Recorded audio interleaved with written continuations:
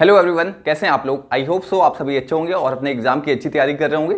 Guys, हम लोग की इंडियन पॉलिटी की सीरीज चल रही थी, तो इंडियन पॉलिटी की सीरीज में अभी तक हम लोग ने 6 पार्ट कंप्लीट कर लिए। आज हम लोग का ये 7वां पार्ट है। तो जो विद्यार्थी पहली बार इस चैनल पे जुड़े हैं उन्हें बता दें कि हम लोग ने आगामी यूपीएससी प्रीलिम्स 2022 और पीसीएस प्रीलिम्स 2022 को देखते हुए एक पॉलिटी की टेस्ट सीरीज की शुरुआत की, जिसका नाम पॉलिटी क्वेश्चन रिवीजन सीरीज है। तो इस सीरीज में क्या होगा कि we will be solving approximately 200 question of polity before the UPSC prelims 2022 and PCS prelims 2022 और per day we will be solving 10 question. तो इस तरह से जो हम लोग की सीरीज होगी ये लगभग 20 डेज की सीरीज होगी, और जो ये सीरीज होगी ये हिंदी मीडियम में ये हम लोग की सीरीज होगी। तो आप लोग इस सीरीज को फॉलो कर सकते हैं, और यदि आप लोगों ने इस सीरीज को अच्छे से फॉलो किया तो आप में कॉन्फिडेंस आएगा कि आप लोग जितने भी यूपीएससी के पॉलिटी के क्वेश्चन है या पीसीएस के पॉलिटी के क्वेश्चन, उन सभी क्वेश्चन को आप लोग सही से सॉल्व करके आएंगे। तो आप लोग इस सीरीज को अच्छे से फॉलो करें, तथा यदि आप लोग को ये वीडियो अच्छे लगे, इस चैनल के जो कंटेंट होता है यदि आपको अच्छा लगता है तो आप लोग अपने दोस्तों के साथ शेयर कर सकते हैं। और जो पॉलिटी के क्वेश्चन आते हैं बहुत ही सिंपल क्वेश्चन आते हैं, तो आप लोग इसे आराम से सॉल्व कर सकते हैं। यदि आप लोग ने कॉन्सेप्ट को अच्छी तरह से समझ लिया तो पॉलिटी के क्वेश्चन आपका एक भी क्वेश्चन आपका गलत नहीं होगा। तो आज हम लोग देखते हैं PQRS 7 पार्ट। तो पहला क्वेश्चन देखते हैं। क्वेश्चन फर्स्ट, नीति निर्देशक तत्व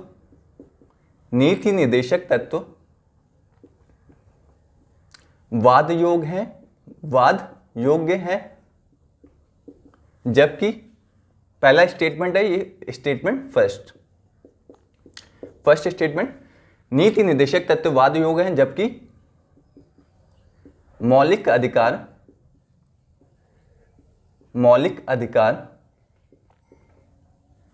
अवाद योग्य है। तो ये पहला स्टेटमेंट हो गया। सेकंड स्टेटमेंट देखते हैं।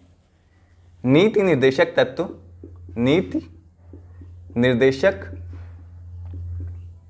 तत्व राजनीतिक लोकतंत्र की स्थापना करते हैं,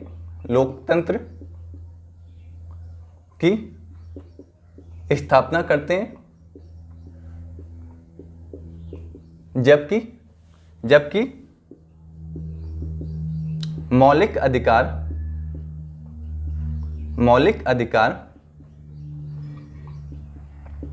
सामाजिक एवं आर्थिक लोकतंत्र की स्थापना करते हैं, सामाजिक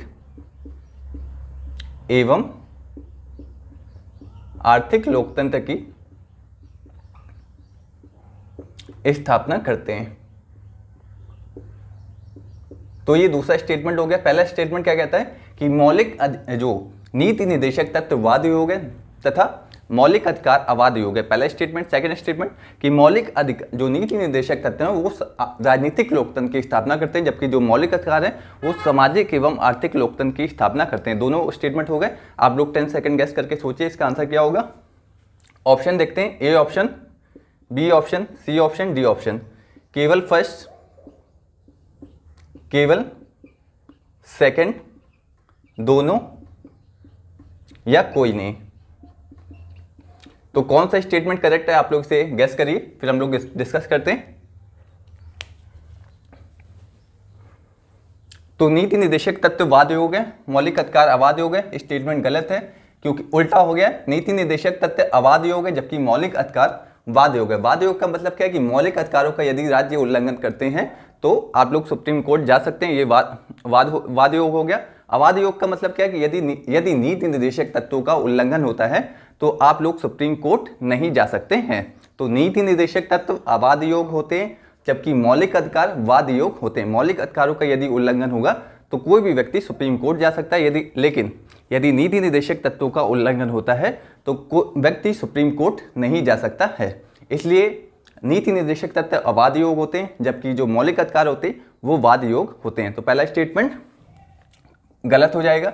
सेकंड स्टेटमेंट क्या कहता है, नीति निर्देशक तत्व राजनीतिक लोकतंत्र की स्थापना करते हैं जबकि मौलिक अधिकार सामाजिक एवं आर्थिक लोकतंत्र की स्थापना करते हैं। तो इसका ये भी गलत हो जाएगा, उल्टा हो गया। यहाँ पे नीति निर्देशक तत्व सामाजिक एवं आर्थिक लोकतंत्र की स्थापना करते हैं जबकि जो मौलिक अधिकार होते हैं वो राजनीतिक लोकतंत्र की स्थापना करते हैं। यहाँ पे उल्टा लिख दिया है तो इसी तरह से आपके यूपीएससी के एग्जाम में आपको कंफ्यूज किया जाता है। तो दोनों स्टेटमेंट यहाँ पे गलत हैं, ये भी गलत है, ये भी गलत है।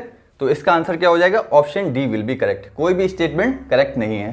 तो पहला क्वेश्चन हम लोग का हो गया कि जो मौलिक अधिकार होते हैं वो राजनीतिक लोकतंत्र की स्थापना करते हैं, जबकि जो नीति निर्देशक तत्व होते हैं वो सामाजिक एवं आर्थिक लोकतंत्र की स्थापना करते हैं। ये लाइन बहुत ही इंपॉर्टेंट है। जो डीपीएसपी होते हैं वो सामाजिक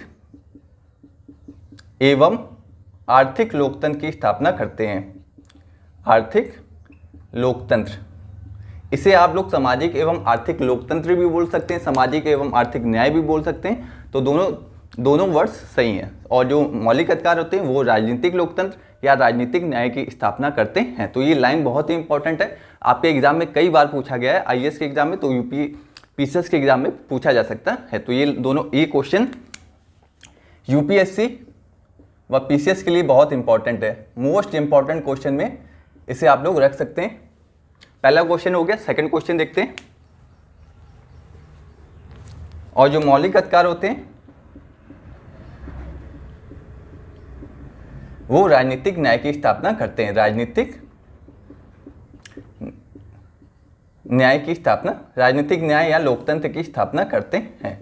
तो ये सभी क्वेश्चन, जितने भी सारे क्वेश्चन हम लोग आज डिस्कस करेंगे, सारे क्वेश्चन आपके यूपीएससी के लिए बहुत ही इंपॉर्टेंट है और पीसीएस के लिए तो है इंपॉर्टेंट। क्वेश्चन सेकंड देखते हैं। इसका आंसर क्या हो जाएगा? Option D will be correct.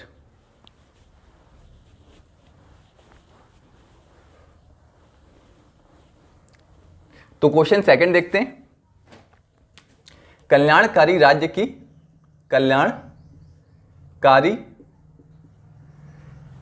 की स्थापना करता है। राज्य की स्थापना करता है। तो कल्याणकारी, क्वेश्चन क्या बोला गया कि कल्याणकारी राज्य की स्थापना करता है। ऑप्शन में क्या है? ऑप्शन में 4 ऑप्शन देखते हैं। फर्स्ट ऑप्शन ए ऑप्शन प्रस्तावना, सेकंड ऑप्शन बी ऑप्शन मौलिक अधिकार,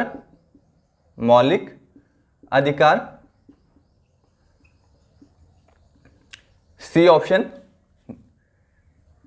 नीति निर्देशक तत्व, डी ऑप्शन कोई नहीं। तो कल्याणकारी राज्य की स्थापना करता है, बहुत ही इंपॉर्टेंट क्वेश्चन है, कई बार पूछा गया है यूपीएससी में, कई बार पूछा गया है। कल्याणकारी राज्य की स्थापना करता है, इसका आंसर आप लोग गेस करिए क्या होगा। तो कल्याणकारी राज्य का मतलब क्या होता है? पहले तो हमें ये समझना होगा कि राज्य 2 प्रकार के होते हैं। राज्य, एक पुलिस राज्य होता है, एक कल्याणकारी राज्य होता है। राज्य 2 प्रकार के होते हैं, एक पुलिस राज्य और दूसरा होता है कल्याणकारी राज्य। कल्याणकारी राज्य, तो पुलिस राज्य आपको सुरक्षा प्रदान करता है। सुरक्षा मतलब सेना होगी, पुलिस होगी। और जो कल्याणकारी राज्य होता है वो सुरक्षा भी प्रदान करेगा आपको। सुरक्षा के साथ साथ वो आप जो राज्य होगा वो आपका कल्याण भी करेगा। कल्याण कैसे करेगा? वो आपको आवास उपलब्ध कराएगा, वो आपको फ्री वैक्सीन देगा, वो आपको फ्री राशन देगा, फ्री आवास देगा, फ्री स्वास्थ्य सुविधाएं देगा। फ्री आवास, फ्री वैक्सीन, फ्री राशन, तो इस तरह की सुविधाएं कल्याणकारी राज्य देता है। और इसे कैसे प्राप्त किया जाता है? इसे सामाजिक एवं आर्थिक न्याय के द्वारा इसे प्राप्त किया जा सकता है। तो सामाजिक एवं आर्थिक न्याय की स्थापना कौन करता है? सामाजिक एवं आर्थिक न्याय की स्थापना नीति निर्देशक तत्वों के द्वारा किया जाता है। तो इसे कैसे प्राप्त किया जाएगा? सामाजिक एवं आर्थिक न्याय के द्वारा इसे प्राप्त किया जाता है। और इसकी प्राप्ति कैसे होते? इसकी प्राप्ति कहां से होती? नीति निर्देशक तत्वों से। नीति निर्देशक तत्वों से सामाजिक एवं आर्थिक न्याय की प्राप्ति होती है। तो अल्टीमेटली नीति निर्देशक तत्वों से कल्याणकारी राज्य की स्थापना होती है। तो आपको समझ में आ गया होगा कि कैसे नीति निर्देशक तत्वों से कल्याणकारी राज्य की स्थापना होती है। कल्याणकारी राज्य क्या करते हैं कि वो फ्री सुविधाएं देते हैं, बहुत सारी सुविधाएं, फ्री आवास, फ्री स्वास्थ्य सुविधाएं। इसको कैसे, ये कैसे प्राप्त होता है? ये सामाजिक एवं आर्थिक न्याय से प्राप्त होता है। और सामाजिक एवं आर्थिक न्याय की स्थापना कौन करता है? नीति निर्देशक तत्व सामाजिक एवं आर्थिक न्याय की स्थापना करते हैं। तो अल्टीमेटली जो नीति निर्देशक तत्व होते हैं वो कल्याणकारी राज्य की स्थापना करते हैं, कल्याणकारी राज्य की स्थापना करते हैं। तो आपको इस तरह से अपने आंसर को आपको समझना होगा। तो इसका आंसर क्या होगा क्वेश्चन नंबर 2 का? Option C will be correct. कल्याणकारी राज्य की स्थापना नीति निर्देशक तत्व करते हैं। कैसे करते हैं? नीति निर्देशक तत्व सामाजिक एवं आर्थिक न्याय की स्थापना करके कल्याणकारी राज्य की स्थापना करते हैं। तो इसको बिल्कुल कंसेप्ट को आपको समझना होगा, बिल्कुल रटना नहीं है आपको। तो गाइस ये सेकंड क्वेश्चन का आंसर हो जाएगा option C will be correct. Third question देखते हैं।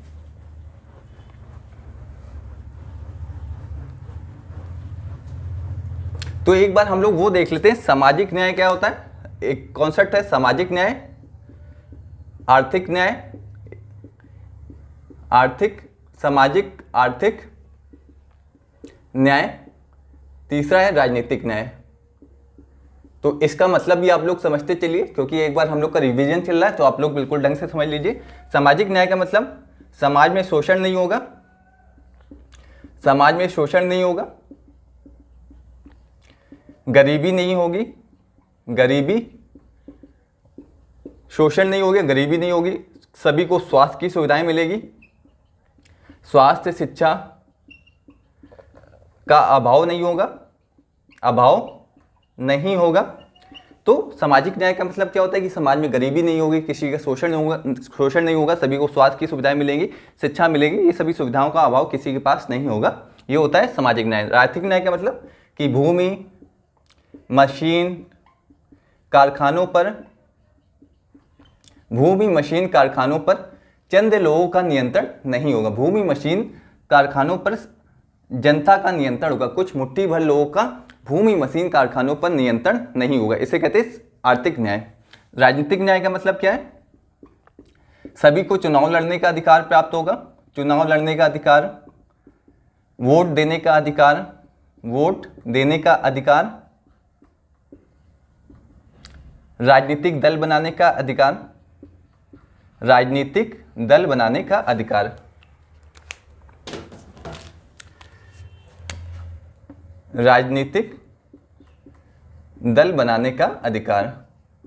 वोट देने का अधिकार, चुनाव लड़ने का अधिकार, ये राजनीतिक न्याय के अंतर्गत आता है। राजनीतिक दल बनाने का अधिकार। तो कॉन्सेप्ट आपके पूरे क्लियर होने चाहिए कि सामाजिक न्याय का मतलब क्या है, आर्थिक न्याय का मतलब क्या है, राजनीतिक न्याय का मतलब क्या है। एक बार आपके कॉन्सेप्ट मौजूद हो जाते हैं तो फिर आपको यूपीएससी का क्वेश्चन करने में कोई भी दिक्कत नहीं होगी। तो ये क्वेश्चन थर्ड देखते हैं। भूमि, मशीन, कारखानों पर कुछ लोगों का नियंत्रण नहीं होगा। तो ये हो गया आर्थिक न्याय, सामाजिक न्याय व राजनीतिक न्याय। अब हम लोग देखते हैं तीसरा क्वेश्चन।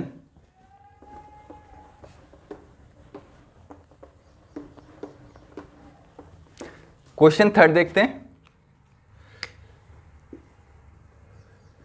क्वेश्चन थर्ड, तो निम्नलिखित में से कौन से तत्व गांधीवादी निर्देशक तत्व हैं? निम्नलिखित में से कौन से तत्व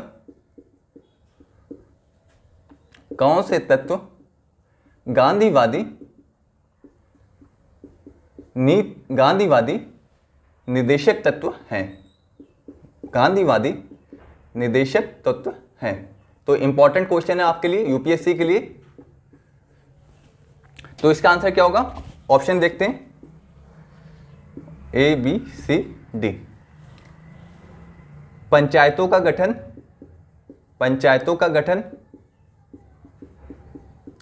कुटीर उद्योगों को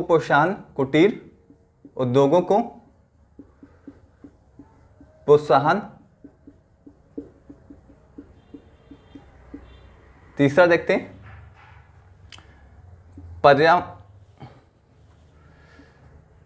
मादक पेय पदार्थों पर प्रतिबंध।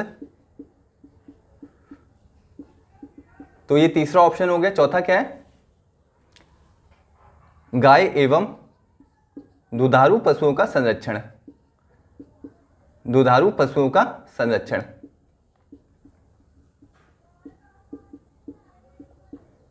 इनकी हत्या पर रोक लगाना। तो ये 4 ऑप्शन हो गए। निम्नलिखित में से कौन से तत्व गांधीवादी निर्देशक तत्व हैं? ऑप्शन देखते हैं। ये पहला हो गया, second, third, fourth. Option A first, second, third. B option second, third, fourth. C option first, third, fourth. D option first, second, third, fourth. तो इसका आंसर आप लोग गैस करिए क्या होगा। निम्नलिखित में से तो कौन से तत्व गांधीवादी निर्देशक तत्व हैं? पहला ऑप्शन आप लोग देख लीजिए क्या क्या इसका आंसर करेक्ट हो सकता है। तो इसका आंसर हो जाएगा, एक मिनट गैस करिए आप लोग।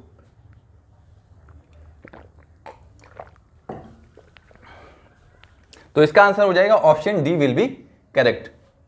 पंचायतों का गठन आर्टिकल 40 में इसका उल्लेख किया गया है, आर्टिकल 40 में। तो आपसे ये आर्टिकल भी आपसे सीधे सीधे ये ऑप्शन भी आपसे क्वेश्चन बना के पूछा जा सकता है। कैसे कि पंचायतों का गठन संविधान के किस भाग में किया गया है? तो पंचायतों का गठन नीति निर्देशक तत्वों में पंचायतों के गठन का उल्लेख किया गया है। इस तरह से आपसे क्वेश्चन बना के भी पूछे जा सकते हैं। तो प्रत्येक ऑप्शन, जो हर एक ऑप्शन आपसे क्वेश्चन बना के पूछा जा सकता है। तो पंचायतों का गठन आर्टिकल 14, कुटीर उद्योगों का प्रोत्साहन आर्टिकल 43, मादक पेय पदार्थों पर प्रतिबंध आर्टिकल 47। तो ये सभी आर्टिकल आपके एग्जाम के लिए बहुत इंपॉर्टेंट है। ये सभी आर्टिकल आपको याद होने चाहिए। 47 और गाय एवं दुधारू पशुओं का संरक्षण आर्टिकल 48। तो ये गांधीवादी निर्देशक तत्वों के अंतर्गत ये सभी आर्टिकल आते हैं। एक और आर्टिकल आता है जो आता है एससी एवं एसटी के शिक्षा के लिए कार्य करना प्लस उनकी शोषण से रक्षा करना भी गांधीवादी नीति निर्देशक तत्वों के अंतर्गत आते हैं। कौन सा? ये हो गया 40, 43, 47, 48। एक और आता है 46। 46 में क्या है? एससी व एसटी के उत्थान के लिए कार्य करना प्लस इनकी शोषण से रक्षा करना, इनकी शोषण से रक्षा करना। तो ये सभी तत्व गांधीवादी निर्देशक तत्वों के अंतर्गत आते हैं। बहुत ही इंपॉर्टेंट क्वेश्चन है, कई बार पूछा गया है। तो आपसे ये भी क्वेश्चन पूछा जा सकता है कि पंचायतों का गठन किस आर्टिकल के तहत किया गया है? तो आर्टिकल 40 के तहत जो नीति निर्देशक तत्वों में इसका उल्लेख किया गया है। तो ये आपको याद रखना है, प्रत्येक आर्टिकल आपके एग्जाम के लिए इंपॉर्टेंट है। तो ये तीसरा क्वेश्चन हो गया। चौथा देखते हैं। तो 40 आपको याद कैसे करना है? 40 + 3, 43 + 3, 46 और 47 और 48। तो ये सभी आर्टिकल आपको ऐसे आते हैं ना, 40, 43, 46, 47, 48। ये सभी तत्व 5 होते हैं। ये गांधीवादी तत्वों के अंतर्गत आते हैं। क्वेश्चन 4 देखते हैं।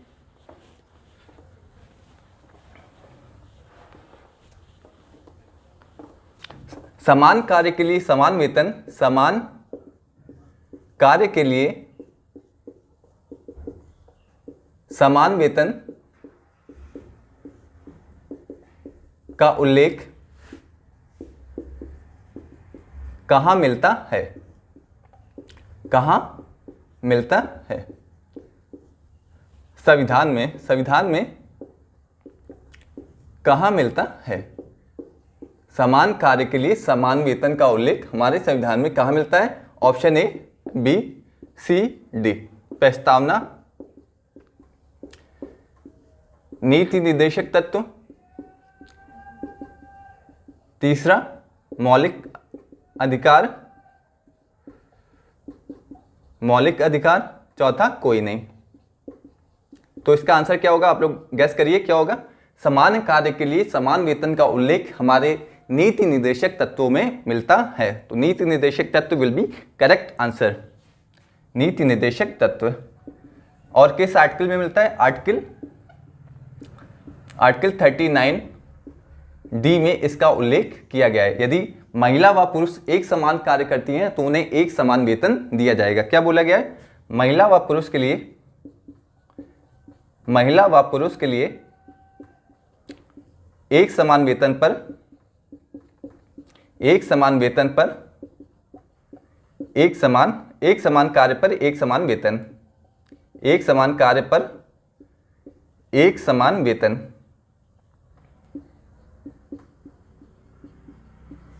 किस आर्टिकल में इसका उल्लेख है? आर्टिकल 39D में इसका उल्लेख किया गया है और ये नीति निर्देशक तत्वों के अंतर्गत आता है। तो महिला व पुरुष एक यानी समान कार्य के लिए यदि महिला व पुरुष एक समान कार्य करती है तो उनको समान वेतन दिया जाएगा। इसका उल्लेख नीति निर्देशक तत्वों में किया गया है। तो इसका आंसर क्या हो जाएगा? Option B will be correct. ये हो गया क्वेश्चन 4। क्वेश्चन 5 देखते हैं।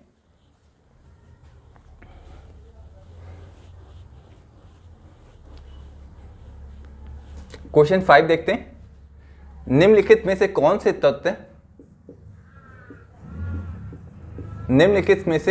तत्व उदारवादी नीति निर्देशक तत्व हैं? कौन से तत्व उदारवादी निर्देशक तत्व हैं? निर्देशक तत्व हैं। पहला ऑप्शन देखते हैं। तो इसमें क्या बोला गया कि निम्नलिखित में से कौन से तत्व उदारवादी नीति निर्देशक तत्व हैं? तो हम लोग ने अभी गांधीवादी देखा, अब हम लोग देखते हैं उदारवादी कौन से हैं। ऑप्शन देखते हैं, पहला, सेकंड, थर्ड, फोर्थ। पहला है समान नागरिक संहिता, समान नागरिक संहिता, आर्टिकल 44। तो ये आर्टिकल आपको याद होने चाहिए। एक क्वेश्चन आपके प्रत्येक ऑप्शन आपसे एक क्वेश्चन बना के पूछा जा सकता है। पहला ऑप्शन, सेकंड ऑप्शन 44 कार्यपालिका का न्यायपालिका से पृथक्करण, न्यायपालिका से पृथक्करण। तो ये हो गया आर्टिकल 50, आर्टिकल 50। तीसरा ऑप्शन देखते हैं, पर्यावरण का संरक्षण व संवर्धन, संरक्षण व संवर्धन, संवर्धन। इसका आर्टिकल 48 कैपिटल ए। तो कार्यपालिका का न्यायपालिका से पृथक्करण का उल्लेख आर्टिकल 50 में किया गया, इसका 48 में। तथा चौथा क्या होगा? अंतरराष्ट्रीय शांति व सुरक्षा बनाए रखना, शांति व सुरक्षा बनाए रखना। तो इसका आर्टिकल कौन सा आर्टिकल है? आर्टिकल 51 में, 51 में इसका उल्लेख किया गया है। तो प्रत्येक आर्टिकल आपको याद होने चाहिए।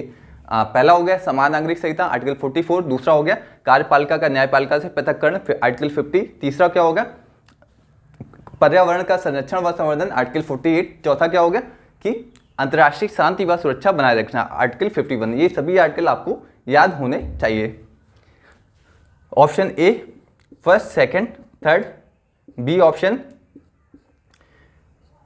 Second, third, fourth, C option first, third, fourth, D option सभी, फर्स्ट, सेकंड, सभी। तो इसका आंसर क्या हो जाएगा? Option D will be correct. तो ये सभी जितने भी निर्देशक तत्व हैं ये सभी उदारवादी निर्देशक तत्वों के अंतर्गत आते हैं। Article 44, article 50, article 48 capital A article और 51 आर्टिकल 51। तो ये सभी तत्व उदारवादी निर्देशक तत्वों के अंतर्गत आते हैं। तो गांधीवादी निर्देशक तत्वों को आपको एग्जाम में पूछा जा चुका है, यहाँ से क्वेश्चन पूछे जाने की संभावना बहुत ज़्यादा है। तो आप लोग ये सभी आर्टिकल आप लोग याद रखिएगा। उदारवादी निर्देशक तत्व कौन से हैं? Article 44, 50, 48A, article 51। तो ये सभी तत्व आपके उदारवादी निर्देशक तत्वों के अंतर्गत आते हैं। तो ये हम लोग का क्वेश्चन हो गया। इसका आंसर हो जाएगा option D will be correct. तो क्वेश्चन 6 देखते हैं।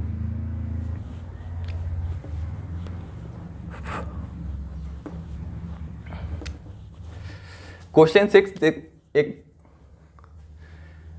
नीति निर्देशक तत्वों को किस देश के संविधान से लिया गया है? किस देश के संविधान से लिया गया है? तो बहुत ही फैक्चुअल क्वेश्चन है। इसमें पूछा गया कि नीति निर्देशक तत्वों को किस देश के संविधान से लिया गया है? तो 4 ऑप्शन देखते हैं, ए, B, C, D. Britain, Ireland. बहुत ही फैक्चुअल क्वेश्चन है, पीसीएस के लिए इंपॉर्टेंट है, आईएएस के लिए तो इतना इंपॉर्टेंट नहीं है। आयरलैंड। चौथा कौन सा हो गया? ब्रिटेन, आयरलैंड, अमेरिका, कोई नहीं, कोई नहीं।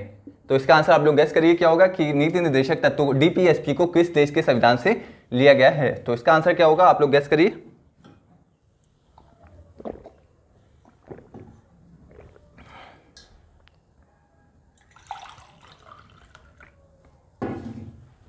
तो इसका आंसर हो जाएगा option B will be correct. नीति निर्देशक तत्व को आयरलैंड के संविधान से लिया गया है। इसका उल्लेख कहां पे किया गया भाग 4 में इसका उल्लेख किया गया। आर्टिकल 36 से लेके आर्टिकल 51 तक नीति निर्देशक तत्वों का उल्लेख किया गया है। भाग 4 में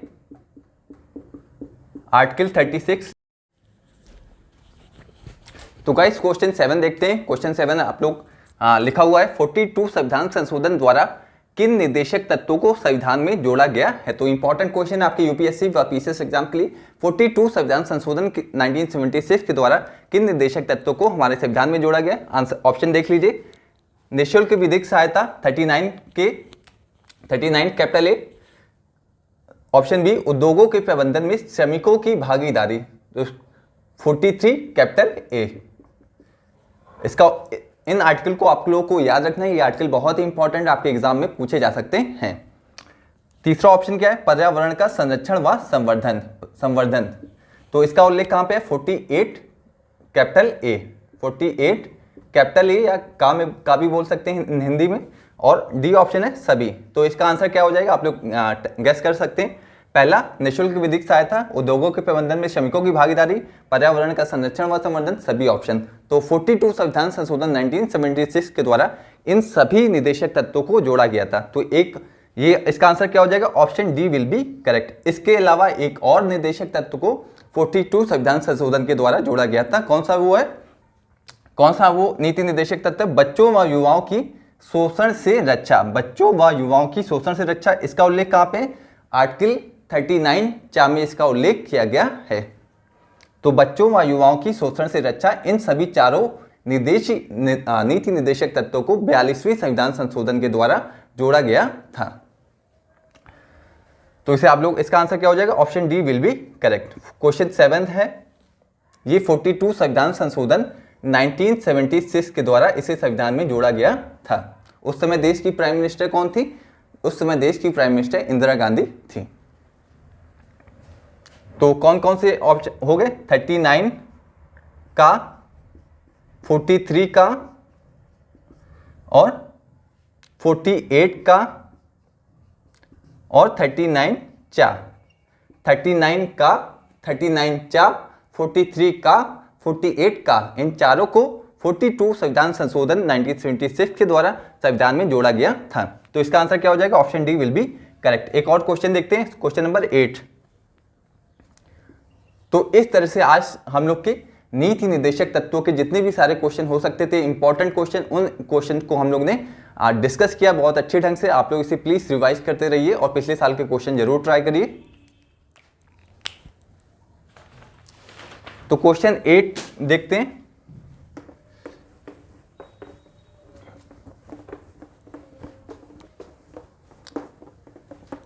एट पहला स्टेटमेंट, एक मिनट गाइस, पहला स्टेटमेंट, समान नागरिक संहिता, समान नागरिक संहिता एक संवैधानिक प्रावधान है, एक संवैधानिक प्रावधान है। तो ये पहला स्टेटमेंट, समान नागरिक संहिता, इसे इंग्लिश में क्या बोलते हैं? Uniform civil code, uniform civil code. Second statement, Goa एक ऐसा राज्य है, एक एकमात्र राज्य है जहां पर यूसीसी लागू है, यूसीसी लागू है। तो इसका आंसर क्या होगा? ऑप्शन ए केवल फर्स्ट, बी केवल सेकंड, सी दोनों, डी कोई नहीं। तो इसका आंसर क्या हो जाएगा, आप लोग गैस करिए। समान नागरिक संहिता एक संवैधानिक प्रावधान है, इसका उल्लेख कहां पे किया गया है, आर्टिकल 44 में यूनिफॉर्म सिविल कोड का उल्लेख किया गया है। तो पहला स्टेटमेंट विल बी करेक्ट। और गोवा एक ऐसा राज्य है जहां पे यूनिफॉर्म सिविल कोड लागू है। तो आपको याद रखना है कि भारत में गोवा एकमात्र ऐसा राज्य है जहां पे यूनिफॉर्म सिविल कोड लागू है। तो पहला स्टेटमेंट भी सही है, सेकंड स्टेटमेंट भी सही है, तो option C will be correct. तो इस तरह से हम लोग का नीति निर्देशक तत्वों के जितने भी इंपॉर्टेंट क्वेश्चन थे उन सभी क्वेश्चन को हम लोग ने देख लिया है। यदि आप लोग को ये वीडियो अच्छे लगे, इस चैनल के कंटेंट अच्छा लगता है, तो आप लोग इसे अपने दोस्तों के साथ शेयर कर सकते हैं। मिलते हैं गाइस नेक्स्ट वीडियो में। Thank you so much guys.